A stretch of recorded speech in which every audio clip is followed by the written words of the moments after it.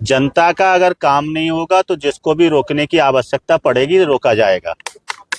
सही। दादा साहेब जिंदाबाद। आज नमामि गंगे के उत्तर प्रदेश सरकार के कैबिनेट मंत्री स्वतंत्र देव जी आए थे। प्रधानों की लगातार शिकायतें हो रही थी कि गांवों में जो नमामि गंगे के काम हो रहे हैं वो काम अभी तक पूर्ण नहीं हुए हैं। सड़कें खुदी हुई हैं, जहां पे लाइनें बिछाई गई हैं वो लाइनें लीकेज हैं और गांव में पानी नहीं पहुंच रहा है। ऐसे कितने गांव हैं लगभग जहाँ पानी नहीं पहुंचा? मेरे साथ 40 प्रधान 50 प्रधान इस वक्त खड़े हुए हैं। अब ये सभी यही बात कह रहे हैं। क्या कहा मंत्री जी ने? मंत्री जी ने 20 दिन का समय मांगा है कि 20 दिन के अंदर जो है हम काम पूर्ण करवाएंगे और 20 दिन के बाद फिर महोबा आएंगे, महोबा में रुकेंगे और गांव का दौरा करेंगे। उस वक्त अगर किसी गांव में समस्या मिली तो संबंधित अधिकारी के ऊपर कार्रवाई करेंगे। एक पार्टी के विधायक को अपने ही कैबिनेट मंत्री से उलझना पड़ा समस्याओं को लेकर, क्यों ऐसी नौबत आई? मैं जनता का विधायक हूं, जनता ने मुझे चुना है और भारतीय जनता पार्टी जो है जनता के वोटों से सरकार में आई है। तो हमारी पार्टी जो है काम कराने वाली पार्टी है और अगर कहीं पे भी कोई भी काम नहीं करेगा तो अपनी आवाज उठाना, अपनी बात को रखना, ये हमारा कर्तव्य है। हर विधायक का अपना कर्तव्य है कि वो जनता की बात को अधिकारी और मंत्री, मुख्यमंत्री और प्रधानमंत्री के सामने भी रखे। कुछ झड़प भी हुई है अधिकारियों से, पुलिसकर्मियों से विधायक समाप्त वो आपके सब कैमरे में है। जो कुछ भी हुआ है वो सब आप लोगों ने देखा है। आपकी इस मीटिंग में कौन कौन शामिल था विधायक की अंतिम?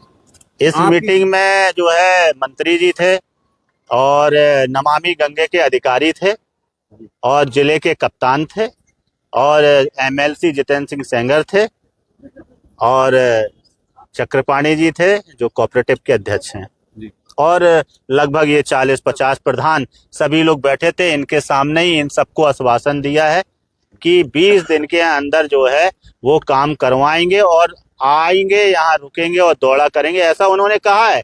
अब वो कर पाते हैं कि नहीं कर पाते, उनके अधिकारी उनकी बात का कितना सम्मान रखते हैं ये आने वाले 20 दिनों में पता चलेगा। आपका क्या, हम लोग को जो मैसेज मिला था आपकी तरफ से, करीब 100 गांव ऐसे हैं जिनमें जल जीवन मिशन के तहत सड़कें खराब, क्या ये सही? 100 गांव नहीं, जनपद के लगभग 90% गांव ऐसे हैं।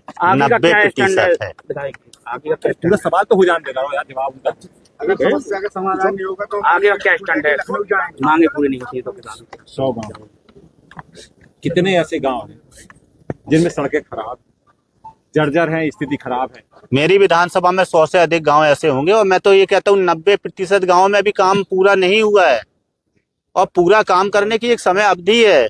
ये परियोजना लगभग 6 साल से चल रही है। अब ये परियोजना कितने समय में खत्म होनी चाहिए ये मंत्री जी तय करें और बाकी अगर काम नहीं होगा तो ये हमारे प्रधान बताएं। आगे हम लोग 20 दिन के बाद हमें क्या करना है, हमारे जैसे प्रधान और हमारे क्षेत्र की जनता कहेगी वो हम करेंगे। सवाल ये है कि क्या मंत्री जी कभी आपको समय नहीं दे पा रहे थे जिसकी वजह से ये कदम उठाना पड़ा?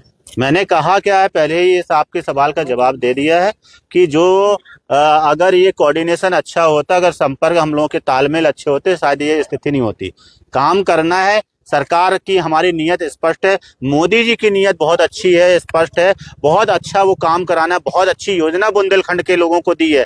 ये हम बुंदेलखंड के लोगों को मोदी जी का जो तोहफा मिला है, हर घर जल नल योजना, हर घर तक नल पहुंचाने का मोदी जी का ये विजन बहुत अच्छा विजन है और मैं चाहता हूं मोदी जी के इस विजन को धरातल पर उतारने का। और मैंने संकल्प लिया है जब तक मैं मोदी जी के इस विजन को पूरा नहीं करा लूंगा तब तक अब मैं शांत नहीं बैठूंगा। इसके लिए मुझे चाहे जितनी बड़ी लड़ाई लड़नी पड़ी मैं लड़ूंगा। अगर मुझे आज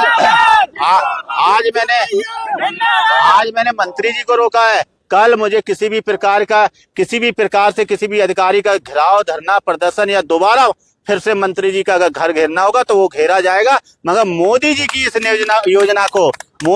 योजना को हम लोग फेल नहीं होने देंगे।